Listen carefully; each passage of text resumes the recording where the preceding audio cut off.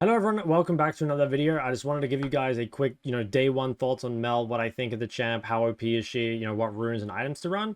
So I've played 4 games with Mel. I played 2 of them on this account, and I also played a couple on a Smurf before this. So TLDR, I think that Mel is really, really broken. I think that she's very, very good in lane, quite a good team fighter. There are a lot of matchups that are just pretty much free losses into Mel. I do think she has some things that might be able to beat her in lane, things like Ori or Victor, especially things with low cooldowns, I think can. But honestly, I think the champ still scales quite well and has so many strengths to it that I'm sure that at some point there's going to be nerfs to her.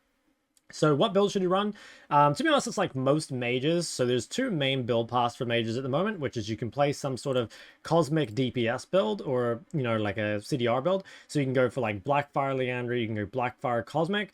And this is going to be more useful when you're playing against a comp with either like a lot of tanks or if you're playing with lots of APs in your team. So in these sort of games, you're expecting a lot of magic resistance stuff to come out. So you kind of want a DPS build rather than a burst build. The other build that most mages can go is like Luden Shadowflame. This is very, very good if you're the only AP on your team or if you're expecting the enemy team to be unable to build magic resist. So this game there was not very much, and so I went for the flat pen. Another thing you can do is you can go Seraphs if you really think you need the extra survivability, especially on side lane. I have not played a game where I've gone Seraphs so far, just haven't really felt like I've needed it, but that is also an option.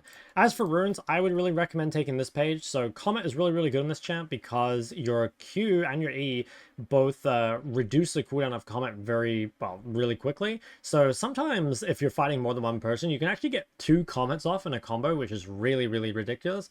And again, these are kind of just like standard mage runes. You can swap like Cut Down over to Presence if you want.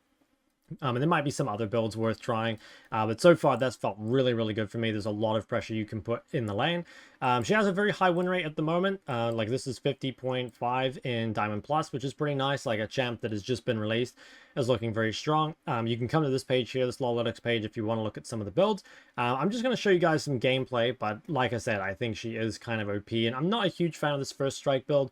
I think that even though you can scale well with it, you can put down so much pressure with the Comet build. So yeah, that's kind of the TLDR. I'm just going to show you some gameplay because I want to show you guys some of the more ridiculous interactions. So this is a game that I played on stream just before.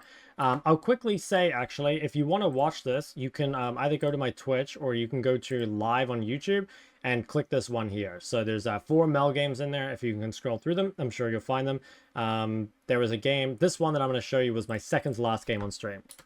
I was also up against the beast himself. So the reason, well, like one of the reasons that Mel is really OP is that there's a lot of matchups where your opponent like has to combo onto you. And in those matchups, your W is extremely, extremely strong because you can just, the thing about W is that it doesn't just reflect damage. It's also 100% DR. It gives you 100% damage reduction. In other words, you are immune or invulnerable to any sort of damage during that 1-second period. And that's pretty OP because like even if there's nothing to reflect, you'll actually just tank the combo. And you'll see an example of that during this VOD. Let me just check. Yeah, you guys can see the map. Okay. So yeah, this was Mel versus Jace, which I think should be a very, very good Mel matchup. But I honestly think that like even in some of the other matchups that like should beat her, it's still going to be worth playing. So the Q is very long range and you can move while using it, right? It's pretty ridiculous. So you can see here, you're easily able to, whenever your opponent like comes up for a CS, you can just Q them from max range, proc your Comet, and then walk away. It's, again, super easy. The E is also like very strong, so the E makes it quite difficult for people to just jump directly on you because you can always E them like in your creep wave or whatever, and it's going to be very hard for them to trade. So it's like you outrange them, right? And so like typically a champ that outranges, if you can get on them, you would win. But you can see here when he jumps on me that I'm just able to E him and again like kite him out, and there's a really whole lot you can do. And like I said, I think this is an example of a very good Mel matchup. But I think even when you're against things like Ori or Victor or whatever, it's like, yeah, they'll beat you in the lane, but you're still gonna like really outrange them in the team fights. So I was getting a lot of damage out here, poking him out over and over. And I'll show you guys the few things that start to get ridiculous. So the first one is this W trade here. So at some point here, he jumps on me. Now W is a long cooldown, but you'll see that even though I reflect no damage, it's just impossible or no ability, it's just impossible for him to trade. Look, I just immune all the damage. And I found that if you're playing any champ that needs to get on Mel, it's, absolutely absurd. So I played a game of Mel versus Fizz, and like, there was just no win condition. It's like he would E on me, I would immune all the damage. If he ulted me, I would reflect it. Even if he hit me with ult, I could immune the ult damage after. So yeah, there are a lot of matchups that I think are just literal free losses against Mel. And actually, one thing I really hope they do is I hope they make it so W is not 100% damage reduction. I think maybe it could be at like max rank.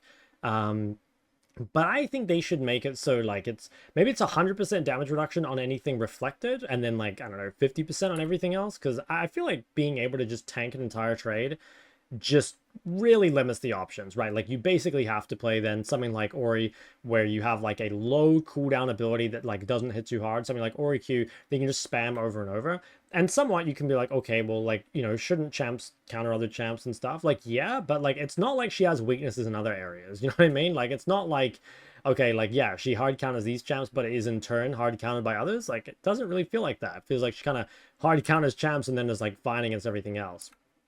You'll see here, you can E-Flash on this champion, and that can be a really good way to get all ins. I'll just show you guys the whole thing. So yeah, E-Flash is good. I actually ended up wasting my ult here. I didn't need it. So ult is kind of like a Karthus ult that you can execute people on low HP, and then, I mean, just look at this. Like, it's pretty disgusting, isn't it?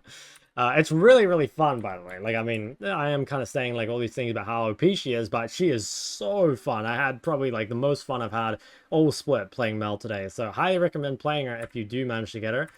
Just kind of skip through here and show you guys some more. You can see the harass from, like, the other side of the lane is pretty ridiculous, right? Like, I don't have to put myself in danger at all, and even if he tries to combo me, we can just reflect it. Like, I don't know, man. It feels pretty crazy to me. And then if you hit everything, obviously you can just execute straight after. So yeah, I'll skim a little bit later so you can see some of the team fights, but team fighting is also very, very easy on this champ. Like, you do a ton of damage. I'm just trying to say, yeah, maybe skim through to here.